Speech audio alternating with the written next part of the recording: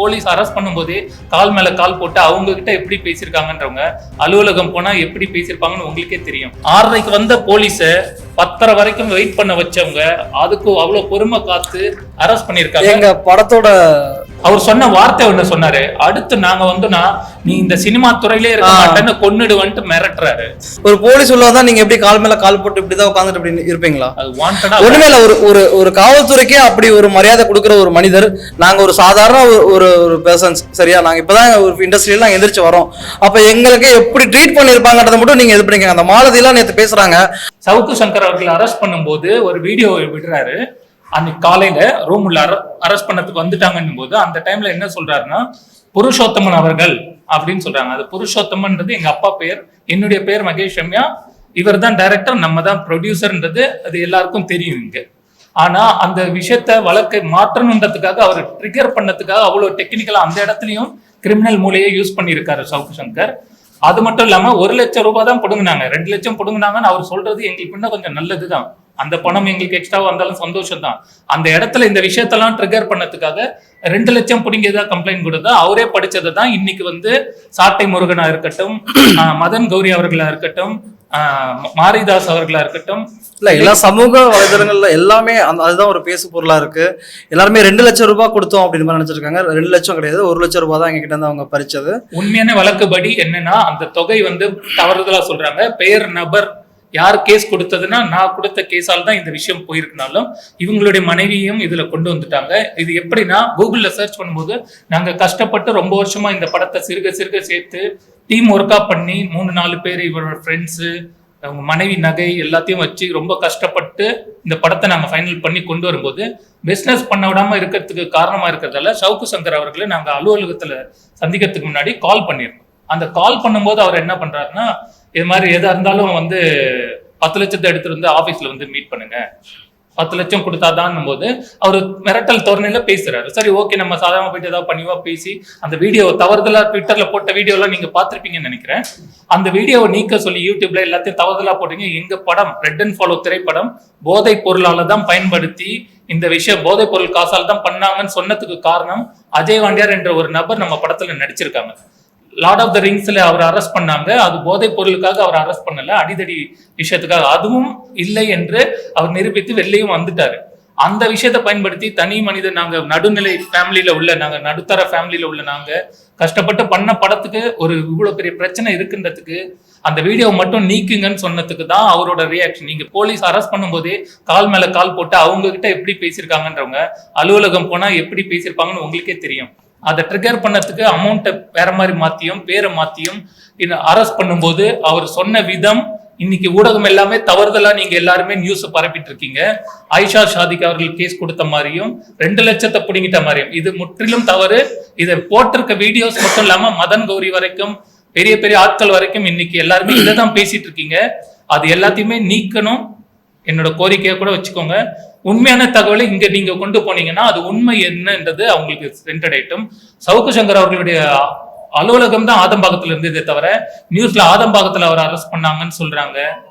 ஆனா அவர் அரெஸ்ட் பண்ணது வேற இடம். இவ்வளவு விஷயங்களை வந்து ஊடகம் வந்து ஒரு விஷயத்த ஆன்லைன்ல பழைய விஷயம் எடுக்கும்போது 4 வருஷமா நாங்க இந்த படம் பண்ணிட்டு இருக்கோம். அவ்வளவு கஷ்டப்பட்டு சிறுக சிறுக சேர்த்து பண்ணிட்டு இருக்கோம். ஸோ அப்படி இருக்கிறதால இந்த விஷயத்த எங்களுக்கு படத்தை பிசினஸ் பண்ண விடாம ரெட் அண்ட் ஃபாலோன்ற படத்தோட டைட்டில இன்னைக்கு இவர் ஆர்சிபின்ற டைட்டிலா மாத்தி ஆர்சிபின்னு நாங்க வெளியிடறதுக்கான காரணம் எங்களோட மனநிலை, இதை மன உளைச்சல், இதனால தற்கொலை பண்ணிக்கக்கூடிய சூழலுக்கு இந்த படத்தால எவ்வளவு பேருக்கு நாங்க பதில் சொல்லக்கூடிய நிலையில இருக்கோம். இவர் ஃபேமிலியில நகையை வச்சு இடத்த வித்து அவ்வளவு விஷயம் பண்ணி கொண்டு வந்திருக்காங்க. அவங்க வீட்டுல தினம் தினம் அவருக்கு அவ்வளவு பிரச்சனைகள் போயிட்டு இருக்கு. எங்களுக்குள்ளதான் இந்த விஷயத்த பேசிட்டு இருக்கும்போது இது கேஸ் கொடுத்து கிட்டத்தட்ட ஜூலை 1ஆம் தேதி கொடுத்துருக்கோம். இது அதுக்கு முன்னாடி அலுவலகத்துல சந்திச்சு இவ்வளவு விஷயங்கள் நடந்தும் இதை புரளியான விஷயங்களை இழுத்து இழுத்து உள்ள கொண்டு வந்து சவுக்கு சங்கர் அவர்கள் வந்து இது அரசியலா கொண்டு போறதா இருந்தா நீங்க அரசியல்வாதிகளோட போக வேண்டியது தானே. எங்களை மாதிரி அரசியல் சம்பந்தமே இல்லாம நடுத்தர குடும்பத்துல கொண்டு வந்தோம். இது மாதிரி எத்தனை பேரோட குடும்பத்தை இவர் கெடுத்திருப்பாருன்றதுக்கு நான் ஒருத்தனை போதும். நானும் அவரோட கருத்துக்களுக்கு மதிப்பு கொடுத்திருக்கேன். இவ்வளவு போல்டா பேசுறாரு, இது மாதிரி இருக்காரு, எல்லாம் மனித இயல்பு தானே. காசுக்காக ஏதோ பண்றாருன்னு நினைச்சாலும் எல்லா விஷயமே இவர் இப்படித்தான் பண்ணியிருக்காருன்றது நோண்ட நோண்ட நோண்ட நாங்களும் சில விஷயங்கள் உள்ள வரும் இல்லையா. இதை வந்து அரசியலா கொண்டு போயிட்டு அரசியல் ஆதாயத்துக்காக தான் பண்றோம் இப்படி பண்றோம்னா, ட்விட்டர்ல போட சொன்னது அரசியல் ஆதாயமா? டிஎம்கேவோ ஏடிஎம்கேவோ வந்து உங்களை ட்விட்டர்ல போடுங்கன்னு சொன்னாங்களா? எங்களோட படத்தை பத்தி பேசினதுக்கு தான் நாங்க கேஸ் கொடுத்தோம். இது வந்து அவர் வீட்டை உடைச்சி இது பண்ணது, போலீஸ் இது மாதிரி பண்ணதெல்லாம் தப்புன்னு சொல்றது.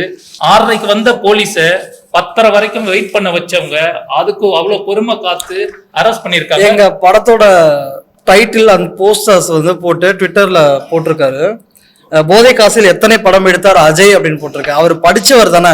இதுல வந்து தெளிவா ப்ரொடியூசர் வந்து நேம் போட்டிருக்கு, எல்லாமே போட்டிருக்கு, டைரக்டர் பேர் எல்லாமே போட்டிருக்கு. இது மாதிரி வந்து ஒரு பப்ளிக்கா வந்து ஒரு போதை காசில் எடுத்த படமா அப்படின்னு கேட்டா, நாங்க வியாபாரம் பண்ணும்போது எங்களுக்கு அது எவ்வளவு கஷ்டமா இருக்கும் எங்களுக்கு. நான் வந்து ஒரு சாதாரண ஒரு மிடில் கிளாஸ் ஃபேமிலில இருந்து வந்த ஒரு பையன். ஜெயிக்கணும், வாழ்க்கையில அடுத்த இடத்துக்கு போகணும், முயற்சி பண்ணணும் சொல்லிட்டு போராடிட்டு இருக்கேன்.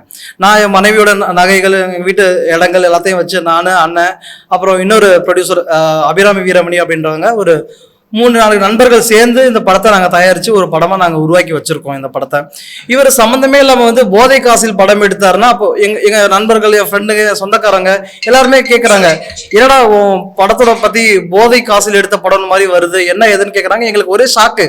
எங்களுக்கு என்ன பண்றது, என்ன இது ஒண்ணுமே புரியவே இல்லை எங்களுக்கு. அப்புறம் நாங்க காவல்துறையில போயிட்டு கம்ப்ளைண்ட் பண்ணி ப்ராப்பரா இது பண்ணி இப்ப இந்த இடத்துல நாங்க உட்காந்துருக்கோம். ஊடகங்கள் உண்மை நிலையை நீங்க கொண்டு போங்க. அவர் உண்மை பேசுறாரு மட்டுமே குருட்டுத்தனமா இருக்காதீங்க. அவங்க டீம்ல உள்ள சில நபர்களும் அவரை பத்தி தவறுதலா எல்லா விஷயத்தையும் வெளிக்கொண்டு வரத்துக்கு இருக்காங்க. ஸோ அப்படி இருக்கும்போது அவர் வந்து ஒரு பணம் கொடுக்குற இடத்த மட்டுமே நல்லா தூக்கி பிடிச்சி மற்றவங்களை அடிச்சு பேசுறவர்ன்றது எங்களை மாதிரி நடுத்தர குடும்பம், அரசியல் இது இல்லாத குடும்பத்திலையும் வந்து இது மாதிரி விஷயங்கள் பண்ணி எங்க மன உளைச்சல், தற்கொலை பண்ணிக்கிறதுக்கான விஷயங்கள் யோசிக்கக்கூடிய நிலைமைனா, படத்தோட எவ்வளவு நஷ்டம் இருக்கும், எத்தனை கோடி செலவு பண்ணிருக்கோம், அதுக்கான கடன் எல்லாத்துக்கும் நாங்க பதில் சொல்லிக்கிட்டு இன்னைக்கு எத்தனை பேருக்கு முன்னாடி நாங்க வந்து தலைகுனி என்னோட உயிர் நாட்டில அடிச்சு உதச்சு, அதுக்கப்புறம் இவர் என்ன சைதாப்பேட்டை ஹாஸ்பிட்டலுக்கு கூட்டு போய் அடுத்த நாள் கேஸ் கொடுத்து இவ்வளவு நாள் இதுக்காக வெயிட் பண்ணி இன்னும் அந்த வலி இருக்கக்கூடிய நிலைமையில தான் நான் இருக்கேன். அதை விட மேலும் மேலும் வலியா இருக்கக்கூடிய இந்த விஷயம் என்னன்னா, எங்க படம் வெளில வருமா? இல்ல, நேத்து பாத்தீங்கன்னு வச்சுங்களேன், அவங்க அந்த பேசின வீடியோ நேத்து காலையில ஒரு வீடியோ பதிவு போட்டாங்க. அந்த மாலதின்றவங்களும் ஒரு வீடியோ பதிவு போட்டாங்க.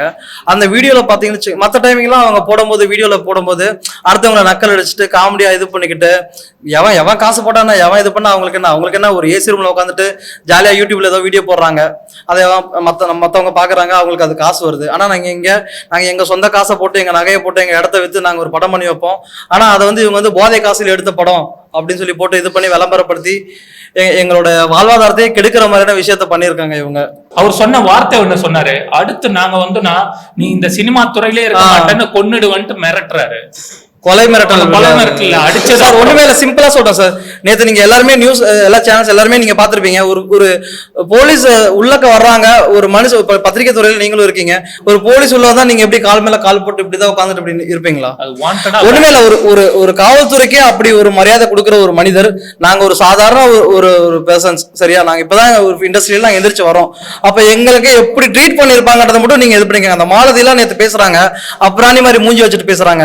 அவங்க அன்னைக்கு வந்து இந்த படையப்பா ரிலீஸ் ஆயிருக்கு, படையப்பா நீலா மாதிரி பேசுவாங்கல்ல ஒரு டோனு, அதை விட கேவலமான ஒரு டோன்ல எங்களை பார்த்து இது பண்றாங்க. பொண்ணு மாதிரி டீசெண்டா இருக்கிறவங்க மாதிரி இருந்தாங்க. ஆனா பேசின விதம் எப்படி இருந்ததுன்னா, தவறுதலா அவ்வளோ லோக்கலா பேசி ரொம்ப வந்து ஒரு ஃபீலை பண்ண வச்சு, அவங்களும் எங்க மேல கை வச்சு அவங்க டீமே வந்து இது பண்ணதால எல்லார் மேலேயும் தான் கேஸ் கொடுத்துருக்கோம். அடுத்து மாலதியும் அரெஸ்ட் பண்ணணும்ன்றதும் எங்களோட இது.